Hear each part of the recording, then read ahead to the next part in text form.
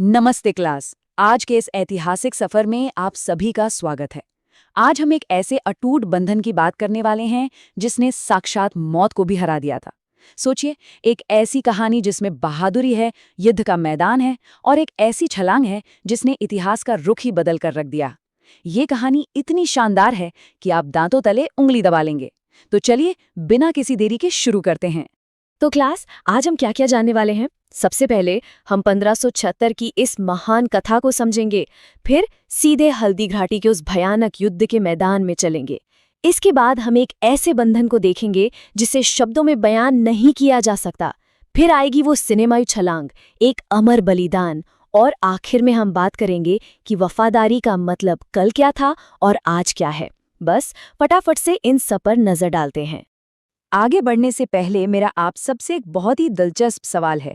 क्या आप बता सकते हैं कि हल्दी घाटी के इस युद्ध का सबसे बड़ा हीरो, सबसे बड़ा नायक कौन था? जरा दिमाग पर जोर डालिए। कोई बहुत बड़ा इंसान या हाथों में भारी तलवार लिए कोई महान योद्धा? हकीकत जानकर आप हैरान रह जाएंगे, क्योंकि ये असली हीरो कोई इंसान नहीं था, बल्कि एक बेहद वफादार साथी था। कौन था वो? चलिए पता लगाते हैं। तो चलिए, कहानी का मंच तैयार करते हैं और चलते हैं 1576 की उस ऐतिहासिक कथा की ओर। आइए समय के पहिए को थोड़ा पीछे घुमाते हैं। 1576 की शुरुआत, जब राजाओं के बीच तनाव बहुत तेजी से बढ़ रहा था। फिर आता है 1576 का मध्य, जब हल्दी घाटी का वो महासंग्राम शुरू हुआ। और 1576 के अंत तक एक ऐसी किंवदंती ने जन्म लिया जिसे हम आज तक याद करते हैं। इसे आसानी से याद रखने के लिए चलिए एक छोटी सी कविता सुनते हैं। 1576 का था वो साल, हल्दी घाटी में मचा था घमासान और बवाल। यही वो समय था जब महान राजा और उनकी भयंकर सेनाएं आमने सामने खड़ी थीं, और यहीं से हमारी आज की कहानी की नींव पड़ती है। चलिए क्लास, अब समय है एक बहुत ही छोटे से क्विक टेस्ट का। हमारा पहला क्विज, हल्दी घाटी का ये ऐतिहासिक युद्ध किस वर्ष लड़ा गया था? अभी तो हमने इसके बारे में बात की है। बिल्कुल सही, ये साल 1576 था। इतिहास की इस कहानी को समझने के लिए इस साल को हमेशा याद रखना बहुत ही जरूरी है। अब हम सीधा उस मैदान में उतरते हैं जहां तलवारों का तूफान उठ रहा था। हल्दी घाटी के युद्ध की वो भयंकर अफरा तफरी। जरा सोचिए, एक ही मैदान में दो बिल्कुल अलग दुनिया एक साथ मौजूद हैं। एक तरफ मुगल सेना का भयानक हमला हो रहा है, तलवारें जोर जोर से टकरा रही हैं। चारों तरफ आग का लाल रंग और विनाश का गहरा काला धुआं फैला हुआ है। पूरी तरह से अफरा तफरी मची है। लेकिन वहीं दूसरी तरफ उसी मैदान में एक बिल्कुल शांत नजारा भी है, एक अटूट बंधन। ये चेतक नाम का एक शानदार घोड़ा है। उसकी गति, उसका ध्यान और अपने राजा के प्रति उसकी भक्ति उस तूफान और विनाश के बीच भी एकदम शांत और अडिग है। ये हमें बताता है कि बाहर चाहे कितनी भी तबाही क्यों न मची हो, जो सच्ची वफादारी होती है ना, वो कभी नहीं डगमगाती। और यही हमें ले जाता है हमारे अगले पड़ाव की तरफ, एक ऐसा बंधन जो सच में शब्दों से परे है, राजा और उनके उस साथी का बंधन। तो क्लास, वफादारी का असली मतलब क्या होता है? वफादारी मतलब निष्ठा की एक बेहद मजबूत भावना, किसी का साथ कभी न छोड़ना। आपको पता है, युद्ध के बीच में चेतक का एक पैर बुरी तरह से घायल हो गया था। उसमें से लगातार खून बह रहा था। लेकिन क्या उसने हार मानी? बिल्कुल नहीं। उसने अपने राजा को उस भयानक मैदान में छोड़कर जाने से साफ इनकार कर दिया। असहनीय दर्द से कराहते हुए भी वो अपने सवार की रक्षा के लिए बस आगे ही बढ़ता रहा। ये कोई मामूली बात नहीं है, ये निष्ठा का सबसे ऊंचा रूप है। और इसी के साथ समय आ गया है हमारे दूसरे क्विज का। क्या आप बता सकते हैं कि वो वीर राजा कौन था जो अपने इस वफादार घोड़े चेतक के साथ लड़ रहा था?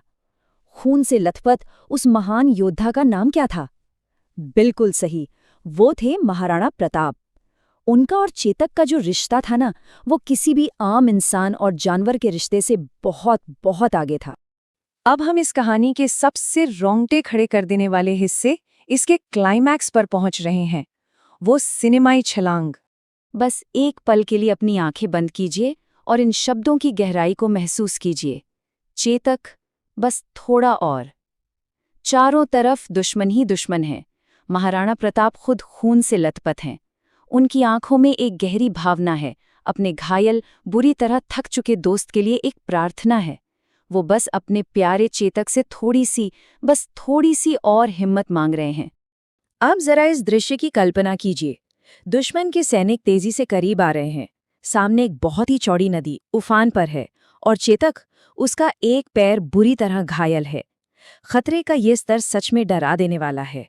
इसे ऐसे याद रखिए, पीछे दुश्मन का प्रहार, आगे नदिया की धार, घायल पैर से करना था इसे पार। एकदम किसी फिल्म की सीन जैसा लग रहा है ना, जहां हर एक पल में जान का खतरा मंडरा रहा है। और तभी आसमान में अचानक एक तेज बिजली कड़कती है। ऐसा लग रहा था मानो वो तूफानी आसमान भी इस अद्भुत दृश्य को हैरानी से देख रहा हो। बारिश की वो गिरती बूंदें, आग और धुएं का वो माहौल और बीच-बीच में आसमान से चमकती वो बिजली, सब कुछ उस भयानक तनाव को और भी ज्यादा बढ़ा रहा था। मानो समय रुक गया हो और हर कोई अपनी सांसें थामे हुए हों।